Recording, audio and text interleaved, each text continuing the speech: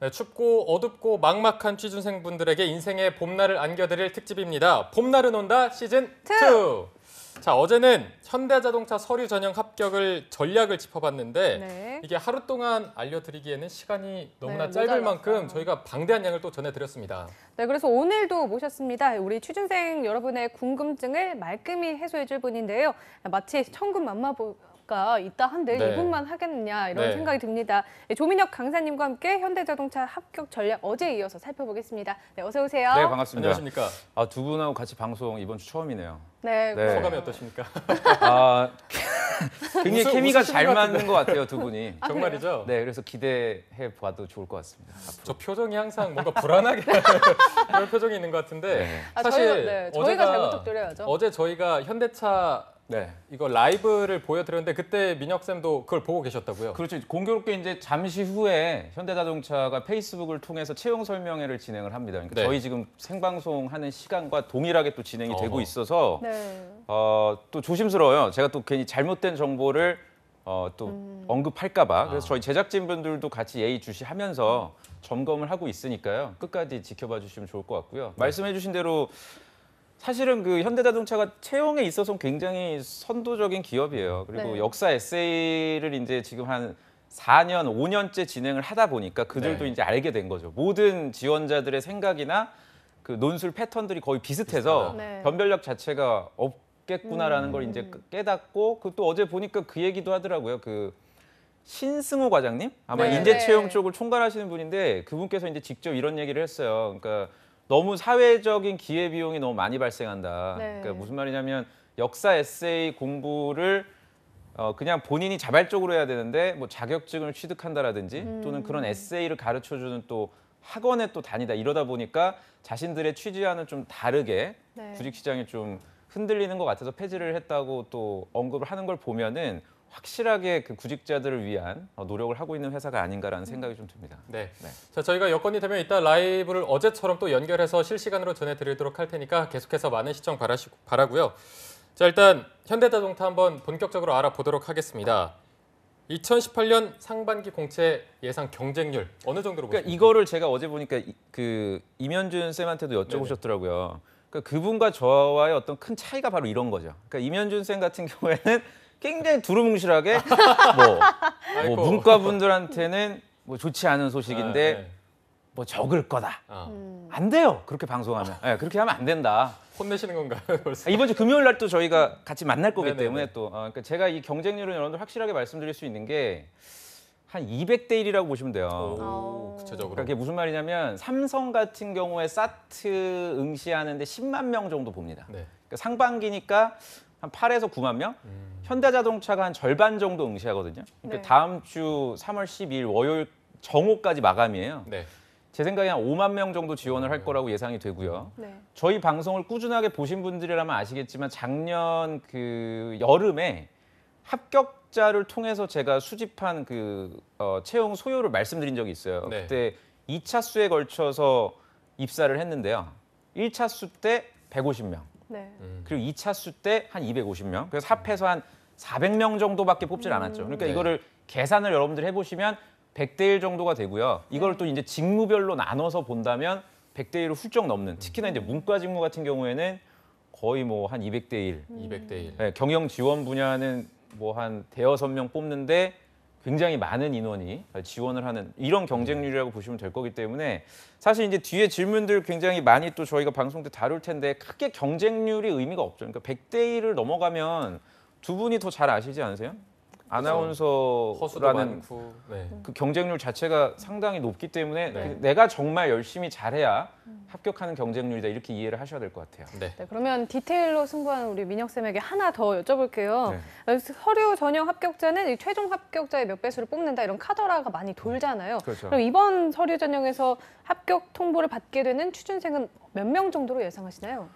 그 제가 지금 경쟁률이 상관이 없다 그랬는데 저렇게 질문을 하면 안 되는 거죠. 네, 그래서 오늘 아주 그냥 많이들 궁금해하시는 부분이니까. 농담이고요. 또 네. 그러니까 보통 10배수 정도라고 보시면 돼요. 네. 그러니까 10배수 정도를 인적성에 응시하게끔 만들거든요. 그러니까 다시 말씀드리면 5만 명 정도가 지원을 한다 그러면은 한 최종 합격 인원이 한 500명 정도라고 됐을 때 한 5천 명 정도. 네. 그러니까 다시 말해서 4만 5천 명이 서류 전형에서 탈락을 하는 거죠. 현대자동차가 여러분들 굉장히 친절한 회사인 게 저도 어제 그 자료를 봤는데 3월 12일 날 마감을 해서 이 네. 기업이 진짜 친절한 게 서류 발표 날짜를 알려줘요, 미리. 네. 제 기억에 4월 4일 수요일 날 네.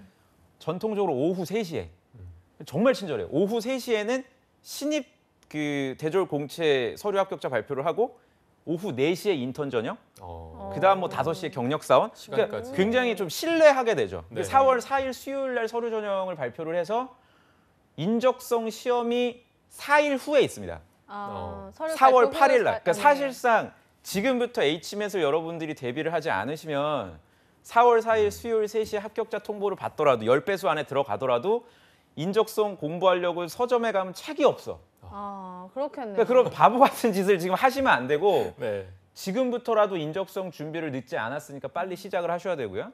4월 8일 날 인적성 시험을 보고 한 열흘 후죠. 4월 20일 금요일 역시 오후 3시에 인적성 합격자 발표를 해서 네. 그 다음 주 4월 24일 화요일 날부터 1차 면접 전형이 진행이 되고요. 그다음 임원 면접이 5월. 이런 식으로 이제 스케줄표가 딱 나와 있어요. 네. 현대자동차는. 네. 그렇기 때문에 저희 방송 보시면서 그리고 또 그 직무 소개 영상들 현대자동차에서 제공하는 이런 것들 여러분들이 보시면서 좀 숙지를 하시면 얼마든지 좀 주도적으로 네. 구직 활동 아마 해 나가실 수가 있을 겁니다. 네, 지금 이걸 보시는 분들도 민혁쌤처럼 이 스케줄이 머릿속에 이미 정리가 돼 당연히. 있어야 됩니다. 네. 머리가 정리가 돼 있고 그래서 지금은 인적성 검사를 시작을 했어야 된다. 그러니까 이게 지금부터 좀 늦은 주목해야 거 될 게 아닙니까? 뭐냐면 굉장히 참 뭐 제가 사실은 지난번 방송까지 현대자동차를 굉장히 좀 이렇게 깠어요. 비난도. 근데 그건 이제 현대자동차라는 업계 자체가 그런 거고 채용에 있어서만큼은 상당히 선도적인 게 12일 날 마감을 해서 4월 4일이라는 거는 거의 20일 넘게 서류 전형을 진행한다는 얘기예요. 네. 네. 그러니까 요새는 이제 빅데이터가 발달돼 있어가지고 3월 12일 날 지원을 하시면 그날 밤 또는 아무리 늦어도 3월 13일까지는 그 서류 전형이 다 끝나요. 네. 네. 그다음 남은 한 열흘 정도의 시간 동안에는 자소서만 평가하는 거예요. 네. 그 다음에 합격자들 정보 뭐 내부적으로 보고하고 그래서 이제 여러분들한테 그 합격자 통보가 가는 거거든요. 그러니까 그만큼 자소서에 대한 변별력이 높아졌고요. 그리고 지금 저는 사실 이번에 항목을 바꿀 줄 알았는데 네. 바꾸질 않았어요. 3개 항목을 지금 바꾸지를 않았고 아마 이 자소서 항목에 대해서 우리 지금 시청하시는 분들 굉장히 관심을 많이 갖고 계실 텐데 그만큼 변별력이 높은 항목이기 때문에 항목을 안 바꾼 거거든요. 그러니까 항목이 안 바뀌었다고 해서 여러분들이 지금 너무 안일하게 접근하시면 안 되고 어떤 경험 써야 되는지 그리고 자소서 항목에서 뭘 물어봤는지 파악을 반드시 해주셔야 된다라고 네. 말씀드리고 싶네요. 네. 자, 그러면 이게 실제로 현대차에 합격한 자들의 스펙도 굉장히 궁금해할 것 같은데 스펙 어느 정도 되나요? 그러니까 합격한 자들이 어떤 스펙인지 이제 지금 나올 텐데요. 그 보시면은 사실 이게 여러분들이 저는 오해하지 말아야 되는 부분이 뭐 학점이 3.7이고 뭐 어학 점수가 뭐 토스 6고 뭐 오픽이 뭐 IM이고 뭐 이렇게 나오는데 이거는 합격자들의 평균이라기보다는 뭐 상위 몇 퍼센트 또는 특수한 케이스들을 공개한 거예요. 현대자동차가. 네. 이거는 사실 내부 정보기 때문에 지금 나오고 있네요. 현대자동 여기 나오고 있는데 현대자동차에 입사한 사람들의 평균이라고 여러분들이 이해하시면 안 되고요. 평균 네. 그러니까 예를 들어서 괜히 또 이렇게 보시면 여러분들 절망합니다. 인턴이 1.2회다. 이제 이렇게 되면은 아 합격자들은 최소한 평균적으로 한 번 이상의 인턴을 했구나. 이게 아니란 얘기예요. 직무 분야별로 조금씩 상이할 수가 있고요. 특히 외국어 기타 같은 경우에는 제2 외국어예요. 네. 영어 점수가 아니라 뭐 스페인어라든지 뭐 그 동남아어 이런 네. 제2 외국어, 뭐 힌디어, 뭐 이런 그 외국어 자격증을 보유하고 있는 사람은 아고 극히 일부거든요. 네. 그러니까 그렇게 이해를 하셔야 되고 오히려 저는 지금 이 표에는 아마 공개가 안 됐고 실제로 현대자동차에서 공개를 할 수 없을 정도인데 전공에 대한 부분이에요. 전공. 그러니까 전공 실제로 합격한 뭐 300명의 전공이 몇 개다. 이렇게는 사실 회사 내부적으로 공개를 해주긴 굉장히 까다로워. 왜냐면은 몰려 있을 거거든요. 특별한 전공군이. 네. 그러니까 모집 요강을 여러분들이 이렇게 보실 때도 지금 이번에 공개된 거를 제가 보니까 예전 방식으로는 전공을 다 나열해 줬어요. 뭐 기계과다, 전자과다, 산업공학과다, 화공과다. 근데 지금 그 분야를 보면은 그냥 전공 무관, 모든 전공, 뭐 이공계, 우대 이렇게 네. 돼 있는데 사실상 합격하는 사람들의 그 합격자들의 내부 그 합격 전공을 보면은 그렇게 넓게 분포돼 있지는 않을 것이다. 그러니까 몰려있다. 여러분들이 일단은 어쨌든 제조회사라는 점을 감안했을 때 나의 전공이 어느 분야에 활용될 수 있는지를 먼저 감안을 해서 전략을 좀 수립하는 게 굉장히 중요하지 않을까라는 생각이 들어요. 그러니까 내가 이공계인데 예를 들어서 전략 지원을 지원하면 안 되는 거예요. 네, 그렇죠. 내가 뭐 화공 전공자이면 플랜트 쪽에 가야지 뭐 마케팅을 쓴다거나 실제로 있거든요. 제 주변의 학생들도. 이렇게 되면 합격할 확률이 굉장히 낮아지고 좋은 스펙이 있음에도 불구하고 어떻게 보면은 불필요한 지원 전략을 펼쳐서 떨어지는 경우가 많죠. 그러니까 여러분들 아셔야 되는 게 지금 제가 말씀드린 이런 부분은 지금 방송하고 있는 페이스북 현대자동차 채용 라이브에서 절대 얘기해주지 않아요. 신승호 과장님이. 이걸 네, 봐라. 그거를 예를 들어서 얘기를 해주게 되면 당연히 몰릴 거 아니에요. 그렇죠. 네. 그렇죠? 뭐 예를 들어서 뭐 인하대학교 저는 기계공학과 석사인데요. 플랜트 운영 쪽에 지원을 할까요? 연구개발로 지원을 할까요? 그럼 다 지원할 수 있어요. 이분 같은 경우에. 네. 그러면 당연히 그냥 여기도 쓰고 저기도 써요. 상관이 없어요. 본인의 직무 경험을 잘 활용해서 하세요 정도만 얘기를 하지. 네. 현실적으로 내가 인하대학교 기계공학과 석사 정도 되면 당연히 연구개발 안에서도 차량 설계나 평가 쪽을 쓰는 게 맞거든요. 네. 근데 우리 학생들은 그렇게 생각을 안 하더라고요. 어... 그러니까 경쟁률 아까 전에 우리가 얘기한 경쟁률이 너무 높다 보니까 네. 경쟁률이 낮은 쪽으로 지원을 하려고 오히려 지원 전략을 잘못 피는, 다시 말해서 본인의 강점을 제대로 활용할 수 없는 그런 분야로 가시는 실수는 절대 하지 마시길 바랍니다. 네. 네.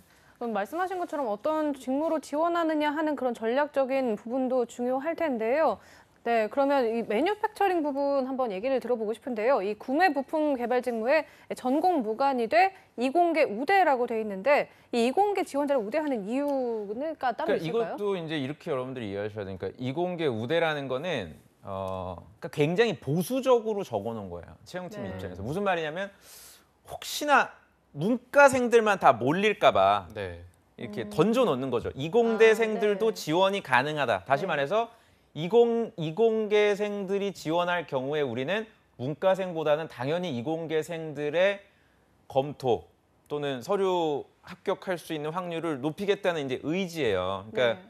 쉽게 얘기해서 이공계 분들이 이쪽으로 지원을 안 한다면야 문과생들을 뽑을 확률이 높겠지만 네. 여러분들 뭐 아시겠지만 지금 이공계라고 해서 취업에 있어서 안전한 건 절대 아니거든요. 그러니까 KM 직무 같은 경우에는 기술 경영이면 연구개발 부서 안에서도 한 3-4명 뽑아요. 네. 이쪽에. 그러니까 연구개발 통으로 한 정말 많이 뽑아도 한 100명?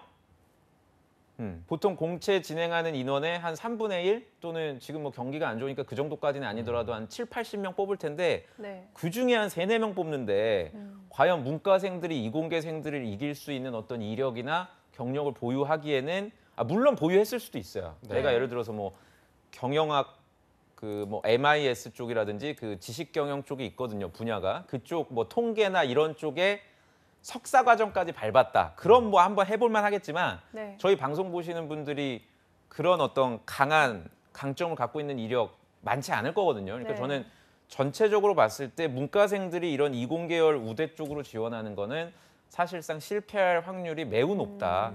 그러니까 오히려 어떻게 보면 지금 이공계 분들이 더 고민이시겠죠. 내가 연구개발 안에서도 기술 경영을 쓸지 또는 내 전공이 활용될 수 있는 뭐 차량 설계, 재료 쪽으로 쓸지. 그러니까 네. 문과분들은 가급적이면 이공계열 우대인 분야를 좀 피해서 사실상 전략 지원 쪽으로 지원을 하시는 게 맞다라고 네. 말씀을 좀 드리고 지금 나오고 있네요. 네, 지금 구매 직무 관련해서 현대차에서 페이스북 라이브를 진행하고 있는데 현장 화면 잠깐 보시겠습니다. 고민을 하는지 뭐 간략히 말씀을 드리면 이제 협력사 풀에 굉장히 긴장감이 있을 때만 업체들은 베스트 가격을 제출하게 됩니다. 그러기 위해서는 중장기 물량 예측이 가장 필수적인데요. 만약에 우리가 예측을 잘못해서 생각했던 물량보다 업체를 굉장히 많이 넣었어요. 그래서 이미 레드오션이 됐다고 지금 생각을 직무에 대한 해보겠습니다. 그럼 설명을 과연 하고 있는 직무 거죠? 소개. 경쟁력 있게 막 투자를 많이 해서 가격을 낼까요? 반대로 물량은 생각보다 너무 많이 늘었는데 업체들이 2개밖에 없어요. 그래서 한번 수주하자마자 본인들의 라인 캐파를 초과해 버렸어요. 그럼 과연 그 다음에 베스트가를 제출을 할까요? 굉장히 느슨한 가격을 내겠죠. 입찰 후에도 구매 담당자는 지속적인 리뷰를 통해서 그 풀의 긴장감을 계속 유지시켜 주는 것이 중요합니다. 네, 지금 그 전기자동차 외에도 개발팀 지금 이렇게 전준현 단위 대리가 부품들을 보시면 이 거의 시스템을 강의를- 구성하기 네, 위해 강의를 카메라 2개, 해주시고. 디스플레이 2개, 그런 데서 뭐 제어기 하나가 실질적인 뭐 필요합니다. 꿀팁 이런 그러니까 처음에는 것도 이제 나오고. 그게 이제 문제는 우리 품질 확보 측면에서 시청자분들도 다섯 개를 아셔야 되는 게 하나로 저건 그냥 많겠죠. 하나의 마케팅 하지만 행위입니다. 여러분들도 네. 다 회사가 아시다시피 구직자들을 카메라가 위해서 경쟁력 이렇게 있는 회사가 있고, 생각을 하고 있고 저 뭐 디스플레이가 경쟁력 촬영 있는 회사가 있습니다. 하시는 분들도 있고 그러면 이제 품질이 저거를 안정화가 또 되는 시점에서 유튜브에 국민연구소에 제안을 내보내고 네. 녹화 카메라 영상들도 무료로 별도로 학생들이 이제 운영업체를 보면은 만들고 아무래도 별도로 운영업체를 만들고 상대적으로 그러기 위해서 우리는 삼성전자라든지 이런 소위 소비재 회사들에 비해서 네. 역할입니다. 자동차 한 대씩 갖고 있는 학생들은 없잖아요. 그렇죠. 그러니까 아무래도 좀 그리고 이제 진입장벽이 이거는 이제, 학생들에게 높다 보니까 해외의 어떤 업체에서 이거를 친숙해지기 개발하고 위한 있는 그냥 컨셉. 노력의 일환이고요. 실제로 잘 보시면 저런 뒤를 바라보는 이제 미러대 즉 카메라가 있지만 그 밑에 뭡니까 조그만 선배들을 카메라가 섭외하는 보일 게 거예요. 굉장히 어렵습니다. 조그만 인사팀에서 카메라는 사실 왜냐하면 미러대 이분들 같은 경우에 지금 시스템 일해야 되는 전혀 시간 네. 두 분은 지금 일하시는 거잖아요. 네. 뷰라고 저분들 하는 지금 게 누가 일을 갖다 문제점 대신해 중에 주는 360도 상황이 아니니까 사용자에게 저런 과장님이나 편하게 대리님을 해주는 채용 시스템. 설명회 때문에 이렇게 사실 이게 소위 섭외를 해야 섭외하고 이러면 그 부서장이 좋아할 이유가 전혀 없거든요. 그렇겠네요. 그러니까 지금 전준현 대리님 지금 뭐 나오는데 이분 같은 경우도 합쳐서 개발을 사실상 영혼 없이 얘기할 거라고요. 그냥 왜냐하면 우리 구직자분들 같은 경우는 좀더 자소서에 과연 어떤 소재를 써야 되느냐 항목 세 개란 말이에요. 과연 어떤 얘기를 풀어내야 내가 합격률이 높을까 이제 이쪽을 지금 저기 한 화질이 균일해지고 뭡니까 그런 4, 장점도 50명 되는 있을 것 수 같습니다. 네, 다 네. 시청만이 남자네요 다. 가격만 낮추는 또 것이 우리 목적이 그러니까 아닙니다. 그렇게 해서 우수한 듣고 있을 텐데 지금 유지하면서 대화 가격을 나누는 거 낮추는 것이 보면은 목적이 그냥 업계에 대한 얘기. 어떻게 보면 핵심 뭐 능력이 이 정도 현대차- 하고 있다 우리는. 그러니까 우리 지금 잘하고 있다. 예, 그 약간 외에도 좀 굉장히 기업 홍보 고민해야 느낌이 나는 게 좀 저는 아쉽고요. 물론 그 직접 저 어디입니까 학동인가 그럴 거예요. 저희가 원주로 네. 그 저기까지 올 수 없는 그 지방에 계신 분들한테야 더없이 좋은 어떤 그 기회일 수는 있으나 네. 저게 직접적으로 여러분들의 어떤 구직 활동에 연결되기에는 어렵기 때문에 이제는 페이스북 라이브 끄시고 저희랑 같이 계속 방송을 보시는 게 좋지 않을까. 꿀팁은 저희 직업 방송에서 그렇죠. 얻어가시면 될 것 같습니다. 그럼요. 자, 그럼 질문 이어갈 텐데, 자 플랜트 기술 대 플랜트 운영. 이때 이공계 지원자들이 어떤 부분을 조금 어필을 해야 유리할까요? 그러니까 쉽게 얘기하면 이거예요. 그러니까 플랜트 기술은 현장에서 일어나는 설비의 문제점 또는 문제가 없더라도 어떻게 하면은 조금 더 빠르게 자동차를 조립해서 네. 가동률도 높이고 완성차를 만들 수 있을까를 고민하는 그 기술적인 부분의 일을 맡아서 하시는 네. 게 이제 플랜트 기술이고요. 플랜트 운영은 그 자동차 공정이 아마 6대 공정인가 7대 공정이 있을 텐데 각 네. 공정마다 빨리 만들고 또는 뭐가 문제고 이거를 이제 조율하는 거예요. 그야말로 오퍼레이팅하는. 그러니까 그렇다 보니까 기술 쪽은 조금 그 뭐라 그럴까요? 그 스페셜리스트를 원하죠. 해당 분야의 전문가. 반면에 해당 분야에 대한 전문성은 좀 부족하더라도 전체적인 어떤 공정 효율, 최적화, 다시 말해서 산업공학과라든지 네. 기계과라든지 이런 전공자들이 아무래도 플랜트 운영 쪽으로 갈 수 있다는 점 여러분들이 기억을 해야 되고요. 두 번째는 플랜트 운영이라고 돼 있지만은 공장에 직접적으로 내가 관여해서 일하지 않더라도 공장에서 운영하는 데 필요한 어떤 효율성이나 인간관계라든지 또는 예를 들어서 뭐 노조를 대응한다라든지 이런 것들도 플랜트 운영 안에 업무가 포함이 돼 있어요. 그러니까 여러분들이 네. 공대생이더라도 내가 약간 좀 전공에 있어서는 강점이 상대적으로 부족한 것 같다. 하지만 자동차 분야에 대한 애착이라든지 경험들이 있다. 이러신 분들은 기술 쪽보다는 운영 쪽으로 지원하시는 게 맞고요. 제가 이 얘기를 왜 이렇게 드릴 수 있냐면 지난 하반기 때 저희 합격자를 보니까 그 플랜트 기술 쪽에 합격한 분들이 학교 네임밸류는 수도권이 아닌 천안 쪽에 있는 학교인데 네. 4년 내내 자동차 만들고 부수고 뭐 이런 자작 경연 대회, 네. 소위 자동차 이 업계에 근무하기 위해서 학생들이 할 수 있는 가장 난이도가 높은 그 활동이 자작 자동차 경영 대회거든요. 네. 이게 거의 뭐 최소 6개월에서 길게는 2년 정도 걸리는 경험이에요. 그러니까 네. 이런 전문성 있는 경험이 있으신 분들은 플랜트 기술 쪽에 합격을 하고요. 반면에 내가 직접적인 어떤 자동차 관련 경험은 없었지만 산업공학을 전공했던 한성대 학생이 있었어요. 한성대. 네. 어딘 줄 알아요? 저희 성신여대 그쪽 아닌가요? 한성대 입구역 4호선에 아닌가요? 그러니까 어디? 저 북쪽에 있었던 그렇죠. 것 같은데. 성균관대 그쪽으로 올라갑니까? 해화 쪽에 네, 해화 그러니까 쪽에. 상대적으로 이렇게 좋은 학교 이미지는 아니거든요. 네. 근데 이제 장교였고 산업공학과 전공이었다는 어떤 그런 리더십과 관련된 자기의 강점을 어필을 해서 플랜트 운영 쪽에서 근무하고 계신 분들도 있어요. 그러니까 여러분들이 전략을 짜실 때는 이런 직무별 성격, 그러니까 이런 직무별 성격을 파악하는 데는 아까 여러분들이 보셨던 그런 직무 담당 현직자들의 인터뷰가 도움이 될 수는 있어요. 네. 다만 지금 마감 기한이 오늘 벌써 며칠입니까? 3월 7일이면은 5일밖에 안 남았네요. 네네. 현대차 마감이. 그러니까 거의 주말 내내 여기저기 카페에서 네. 밤새고 현대차 자소서만 쓰는 분들 여러분들 굉장히 많이 보실 텐데요. 네, 그때까지 시간 끌지 마시고 빨리 저는 제출을 하셔야 되지 않나 조언을 드립니다. 네. 자, 플랜트 기술과 플랜트 운영을 비교해서 또 전략까지 세워봤는데 자, 이제 R&D 부분으로 한번 넘어가 보겠습니다. R&D 부분 기술 경영 직무 같은 경우에는 역시나 전공 무관이라고 썼는데 그렇죠. 이공계 우대라고 또 적어놨습니다. 그렇다면 이공계가 절대적으로 유리한 건가요?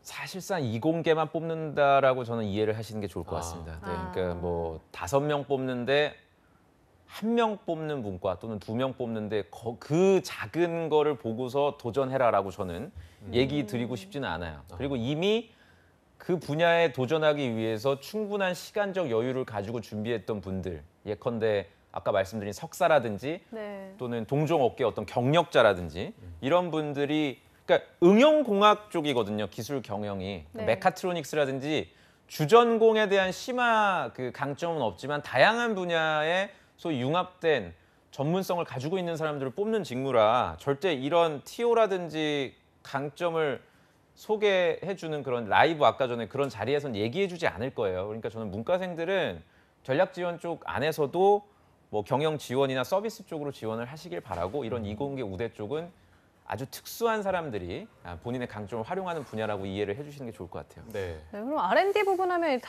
다들 이제 연구개발 이렇게 뭉뚱그려서 알고 있는 경우가 참 많잖아요. 근데 세부 직무 중에 이 차량 설계랑 차량 평가 직무는 어떤 차이가 있는 건가요? 그러니까 설계 같은 경우에는 실제로 뭐 쉽게 얘기하면 설계 경험이 있어야 돼요. 그러니까 네. 뭐 오토캐드라든지 카티아라든지 도면 설계. 그러니까 내가 실제로 학교 다니면서 그러니까 설계라는 게 되게 답이 없는 일이거든요. 네. 그러니까 저희 방송으로 따지면 작가님 역할이에요. 그러니까 본인이 이거를 다 그려야 되잖아요. 아까 전에 제가 대기실에서도 작가님하고 얘기하다 왔는데 굉장히 힘들어하시더라고요. 네. 그러니까 이 판을 짜야 되는 역할이기 때문에 오케스트라의 어떻게 보면 지휘자 역할일 수도 있고요. 네. 이런 소위 조율하고 기획하는 일이기 때문에 아무래도 고도의 전문성과 숙련도가 필요해요. 네. 그러면은 뭐 설계 전공 과목을 수강했다라든지 가장 좋은 거는 그 전공 과목의 전문성을 가지고 뭐 캡스톤 디자인 경연 대회 나가서 뭐 수상 정도는 아니더라도 뭐 입상이라도 했던 이력이 있다면 정말 자소서 네. 3번 항목에 여러분들에게 굉장히 큰 도움이 될 수 있고요. 네. 반면에 차량 평가는 설계에 비해서 고도의 전문성을 원하는 건 아니기 때문에 네. 신입사원들이 지원하기에는 상대적으로 용이하다. 그리고 우리 기계 전공자들은 그 변속기라든지 소위 자동차의 그 전반적으로 이렇게 굴러가는 구조를 만드는 파워트레인 이런 쪽에 지원을 하시는 게 아무래도 그 경쟁률 차원에서 봤을 때는 좋은 전략이 되지 않을까 싶어요. 네. 자, 이제 소프트웨어 부분 한번 넘어가 보면 소프트웨어 같은 경우에는 주요 전공이 모든 전공 이렇게 써 있습니다. 그래서 인문계 분들이 많이 지원할 것 같고 경쟁률도 굉장히 높을 것 같은데 이공계 지원자는 그렇다면 반대로 이공계 지원자는 어떤 전략을 세워야 될까요? 이건 거짓말이에요. 이거는 제가 요건 조금 그 현대차가 그 저희 모집 공고를 띄워주실 수 있으면 띄워줘 보세요. 주요 전공 이제 보시면 전부 다 모든 전공이라고 지금 되어 있고 네네. 연구 개발 그렇죠 지금 나오고 있죠. 보시면 모든 전공인데 이건 아마 채용팀에서 전략적으로 지금 이렇게 공고를 한 것 같아요. 우리가 채용에 있어서 열린 채용을 열려 있다. 지향하고 네. 있다라고. 그러니까 저는 이게 만약에 혹시 지금 저희 방송을 그 현장에서 보고 계신 분이 있을지는 모르겠지만 혹시 이 방송하고 동시에 보고 계신 분이 있으면 반드시 물어보세요. 신승호 과장한테. 이 모든 전공이라는데 진짜냐. 지금 조민혁이라는 컨설턴트가 현대자동차를 되게 욕하고 있는데 이거 실제로 진짜인지 한번 점검을 해보고 싶다. 뭐라고 대답할까요, 이게? 뭐 그냥 이렇게 뭐 냈는데 당연히 직무 역량만 있으면 저희는 아, 뭐 미디어 전공이든 네. 뭐 정치 외교든 상관없다고 이제 뻔뻔하게 얘기를 하겠죠. 왜냐면 이거 보시면요. 소프트웨어라는 게 AI 빅데이터 분석, 플랫폼 개발 이런 거를 네. 배운 적 있어요? 경영학 전공이라든지. 아니요, 사실 저도 용어도 법학 전공인데 네. 이런 걸 가르칠 일은 전혀 없거든요. 네. 그리고 컴퓨터 공학 전공자들의 커리큘럼 자체가 난이도가 굉장히 세요. 요새 학교에서 네. 졸업하는 것도 되게 까다롭고 그럼 그런 전공자들을 이길 만큼의 다른 전공이 과연 있을 거니까 이거는 하나의 그냥 마케팅 수단이 아니겠냐라는 좀 지금 뭐 영상이 나오고 있는데 좀 그렇고요. 제가 이번에 책을 내면서 추가한 합격 사례에 현대자동차 소프트웨어 전공인 분의 합격 사례가 들어가 있어요. 네네. 그 사례를 여러분들이 참고하시는 것도 좋을 것 같고 실제로 그분 같은 경우에는 동종 업계의 경력자예요.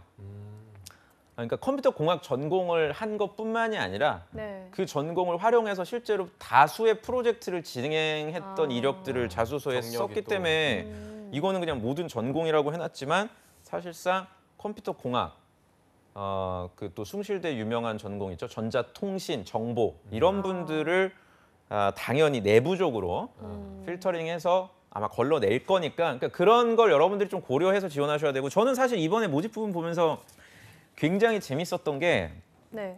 느끼셨을지 모르는데 저는 사실 이렇게 근무지를 명시하는 경우는 처음 봤거든요. 네. 수도권이라고 해놨어요. 수도권. 수도권. 그러니까 혹시 이렇게 명시하는 회사 보셨어요? 보통 이렇게 지역을 명시를 해줘요. 네. 네. 서울이다. 뭐 포스코 같은 경우에도 포항, 광양, 서울 이렇게 명시를 하지 이렇게 네. 두루뭉실하게 수도권. 다시 말해서 서울이란 단어를 우린 쓰지 않겠다는 거거든요. 이거는. 아. 그러니까 다시 말해 우리는 양재동에 본사가 있지만 그쪽에서 근무할 수 있는 사람은 많지가 않다. 여기 있죠. 전략 지원. 전국 사업장이라고 해놨어요. 그러니까 네가 한정하지 말란 얘기예요. 여러분들이. 나 어디 가겠다라고. 예를 들어 우리 지방에 계신 분들은 본인이 정해요. 그냥 나는 여기로 뭐 호남권에 가야지. 있으니까 이쪽 관련 그 뭐 순천이나 뭐 여수 정도만 갈 네. 생각하고 뭐 뒤에도 이제 벚꽃이네요. 그러니까 뭐 그렇게만 이제 자기가 한정하는 경우가 많은데 네. 이게 여러분들 뭐가 문제냐면 지금 여러분들 머릿속에는 서류 단계만 생각하겠지만 네. 면접 전형에 가서 이런 소위 잘못된 근무지 선택 또는 고집 우리 여성분들 같은 경우에는 지방 근무 굉장히 못한다고 또 징징대고 이런 네. 실제로 합격한 분들 중에서도 네네. 아, 네. 힘들죠, 근데. 아나운서분들도 힘들지 않나요? 저는 지방에서 근무하다가 네, 왔거든요. 친구는 갔다. 힘들긴 갑자기 힘듭니다. 또 실드를 치네 또. 그러니까 지방에서 근무한다는 게 그만큼 까다롭기 때문에 맞아요, 네. 이거를 갖다가 명확하게 서울이라고 명시하지 않았다는 걸 여러분들이 아셔야 되고 네. 이건 어찌보면 굉장히 기초적인 건데 여기 보시면 아직도 현대자동차가 울산에만 있다고 생각하는 분들이 있어요. 플랜트 쪽 보시면 지금 나오잖아요. 울산, 아산, 전주 그리고 네. 각 공장의 그 각 지역의 공장에서 만드는 자동차의 성격들이 달라요. 네. 승용차 만드는 거 그리고 버스나 트럭 같은 상용차 만드는 공장 이런 네, 식으로 네. 그러니까 적어도 이 정도까지는 여러분들이 확실하게 알고 있어야 이번에서 물어보는 회사를 선택하는 기준, 뭐 직무 선택 3번에 대한 얘기 이거를 쓸 수가 있다. 그 점을 좀 주목해서 우리가 볼 필요가 있을 것 같아요. 네. 네, 이번에는 한번 전략 지원 부분 한번 살펴볼게요. 여기 전략 지원도 마찬가지로 전공 무관 지원이 가능하다 보니까 많은 인문계생들이 기대를 걸고 지원을 할 것 같은데 그러면 우리 이공계 지원자분들은 이 부분에 대해서는 또 어떤 전략을 가지고 어필을 해야 좋을까요? 이공계 분들 같은 경우에는 사실상 전략 지원 파트를 생각을 전 안 하셨으면 좋겠어요. 일단. 네. 네. 좀 전략 지원 파트는 정말 내가 그러니까 아예 전공에 대해서 내가 저학년 때부터 포기했다. 그리고 일찌감치 2학년 때부터 뭐 이런 전략 뭐 예를 들어서 이런 거죠. 내가 기계과인데 나는 기계과 전공을 안 살리기로 학교 다닐 초창기부터 결심을 해서 뭐 마케팅 동아리라든지 대외 활동이라든지 이런 거를 22, 23살부터 꾸준하게 해왔다. 그러면은 마케팅이라든지 상품 전략 쪽에 지원을 하실 수가 있어요. 네. 제가 예전에 그 채용 설명회 현대자동차에서 2014년도에 소개했던 영상 중에 보면은 경희대학교에 한방재료학과라는 데가 있어요. 그러니까 네. 한의학부 안에 한방재료 이게 이제 네네. 수원캠에 있거든요. 이공계 쪽이 이제 수원캠이니까 한방재료면 이제 이공계 쪽으로 분류가 되나 이분은 그쪽으로 전공을 살릴 생각이 전혀 없는 상태에서 저학년 때부터 마케터 활동을 열심히 해서 자소서를 공개를 해줬는데 정말 잘 썼더라고요. 네, IT와 자동차 업계가 접목된 지금 어떻게 보면 지금이야 보편화돼 있지만 그 당시 2013, 14년도에는 보편화되지 않았던 그런 기술에 대한 관심을 마케터 관점에서 잘 자소서에 녹여내서 실제로 전공과 상관은 없지만 마케터로서 활동을 하고 있다는 사례도 제가 기억이 나요. 그러니까 네. 이런 특수한 사례와 여러분들의 준비가 있다면요, 전략 지원에 지원할 수가 있지만 우리 지금 영상을 보고 계시는 대부분의 이공계 분들은 전략 지원 외에 아까 말씀드린 연구개발은 매니팩처링 쪽으로 네. 지원을 하시는 게 좋은 전략이다. 제가 보니까 국민대학교 그 자동차 기계공학과가 있잖아요. 네네. 자동차공학이 있고 뭐 기계공학과가 있던데 국민대학교에 거의 유일하게 현대자동차가 채용 설명회를 나갑니다. 자동차. 네, 좋은 학교가 아니잖아요, 사실 국민대가 네임밸류 상으로는. 제가 근데 나온 학교인데 또 이렇게 네, 제가 일부러 그러는 거예요. 눈앞에서 공격을 당하니까 열받네요 좀. 본인이 할 줄 몰랐어, 어나운서. 그래서 근데 국민대학교에 가서 채용 설명회를 하는 그 현대자동차의 그 어떤 뭐라 그럴까요? 울분이 제가 공감할 수가 있겠더라고. 왜 너희들은 자동차를 공부했음에도 불구하고 자소서에 이상한 경험을 쓰냐? 아. 제발 그러지 말아라. 그래서 어쩔 수 없이 그러니까 예를 들어서 국민대 자동차공학과 정도면 서류 심사에서 가산점이 붙어요. 꽤 높게. 네. 그러니까 자소서를 정말 엉망진창으로 쓰지 않는 이상은 떨어지질 않는데 네. 저희가 방송 때 그렇게 쓰지 말라고 했던 뭐 봉사활동이나 뭐 그런 거 국토 다 대장정이나 이런 걸 갖다 뭐 회사를 선택하는 기준에 뭐 도전하는 회사기 때문에 선택했다. 어허. 아, 못 웃을 거예요 지금 아마 이 영상을 보시는 도전하는 회사니까 그러니까 되게 뻔하고 고민하지 않은 흔적이 너무나도 많이 노출된다면 아, 네. 좋은 스펙이 있어도 분명 떨어질 수밖에 없으니까요. 네. 좀 그런 좀 투자하지 않고 그냥 막연하게 쓰는 본인의 자소서는 반드시 좀 점검을 해야 될 것 같아요. 네, 알겠습니다. 자, 그런데 이번에 정기 공채 외에도 상시 채용이 또 눈에 띕니다. 이 상시 채용이 어떤 건가요? 상시 채용은 원래 이제 2015년도에 잠깐 문과생들의 그 공채를 문을 닫았던 적이 있어요. 아, 네. 그 욕을 많이 먹었죠. 그러니까 현대자동차 나름대로는 그 문과생들 뭐 실제로 많이 뽑지 않는데 몇천 명이 지원하니까 아, 일도 너무 많겠죠. 네. 한 10명밖에 안 뽑을 건데 3천 명 지원하고 이러면은 그래서 차라리 우리는 문과생은 공채로 지원하지 말고 그냥 상시 채용으로 다시 말해서 네. 구글이나 외국계 회사들이 하는 방식이거든요. 이력서를 먼저 올려놓으면 네. 우리가 그 이력서를 보관하고 있다가 혹시 해당 부서에서 요청이 들어오면 검토하는 방식. 그러니까 어떻게 보면 되게 이기적인 채용이에요. 이건 상시 채용은. 아. 구직자는 내부적인 상황에 따라서 면접이라든지 서류 전형 일정이 정해지는. 그러니까 다시 네. 말해서 지금 같이 진행하고 있는 이 상시 채용 지원은 같이 하실 수가 있는데 네. 네. 결국에 여러분들이 아까 언제입니까? 4월 8일 일요일 날 H맷을 봐야 되는 거는 저희 뭐 오늘 방송 때 다루진 않지만 현대자동차 계열사들이 있단 말이에요. 기아자동차, 모비스, 다이모스 이런 회사들 중에 하나만 볼 수 있어요. 인적성 네. 시험을. 네, 그렇기 때문에 언제까지 기다려야 되는 이런 전형 말고 네. 대졸 공채로 여러분들이 지원을 하시는 게 당연히 속편한 전략이라고 할 수 있죠. 네. 네, 그러면 아무래도 공채가 더 유리하다고 말씀을 해주셨긴 한데 이 상시 채용에 만약에 지원하는 사람들이 있다면 그러면 이공계나 인문계나 이공계 둘 중에 어느 쪽이 더 유리할까요? 당연히 상시 채용 같은 경우에는 인문계가 유리해요. 아. 아까도 말씀드린 대로 그 경쟁률 차원에서 봤을 때는 경쟁이라는 게 없거든요. 상시 채용은 기업 내부적인 상황에 따라서 네. 발생하는 거기 때문에 당연히 이공계에 비해서는 인문계가 유리하다고 말씀드릴 수 있는데 그게 이제 여러분들 개인별 상황에 따라 다르겠죠. 내가 예를 들어서 뭐 4학년 1학기거나 나이가 그렇게 많지 않은 자기 시간을 좀 주도적으로 쓸 수 있는 그런 이력 상황이라면 상시 채용을 지원해도 되는데 내가 이미 지금 2017년 8월이나 지금 2018년 지난달에 졸업을 했는데 네. 상시 채용을 쓴다? 이건 공백기가 굉장히 길어질 아. 수 있는 어떤 리스크도 생길 수가 있어서 네. 그런 점들은 여러분들이 유념을 좀 하고 지원을 해야 될 것 같아요. 네, 알겠습니다. 자, 그리고 저희가 어제도 했고 오늘도 아까 현대차에서 페이스북으로 진행하는 라이브 채용 설명회를 연결해서 잠깐 보여드리기도 했는데 네. 이게 아까도 말씀하셨지만 그렇게 많은 정보를 얻어갈 수는 없지만 그렇죠. 거기에서 조금 200% 이렇게 활용할 수 있는 방법이 있을까요?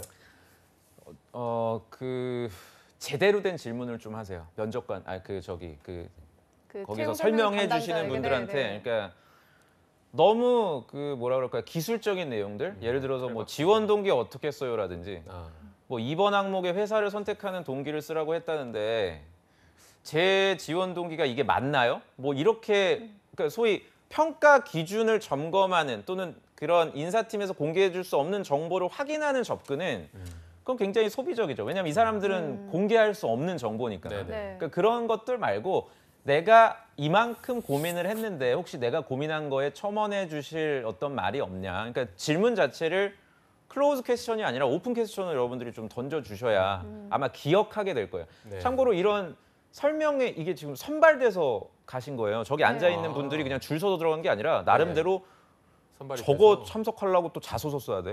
아 아이고. 정말요? 네, 저기를 한 또 합격을 300자에서 저것도 합격해야 지금 가는 아, 거니까. 저는 추첨으로 가는 줄 알았어요. 그러니까 추첨을 하되 이제 읽어보죠.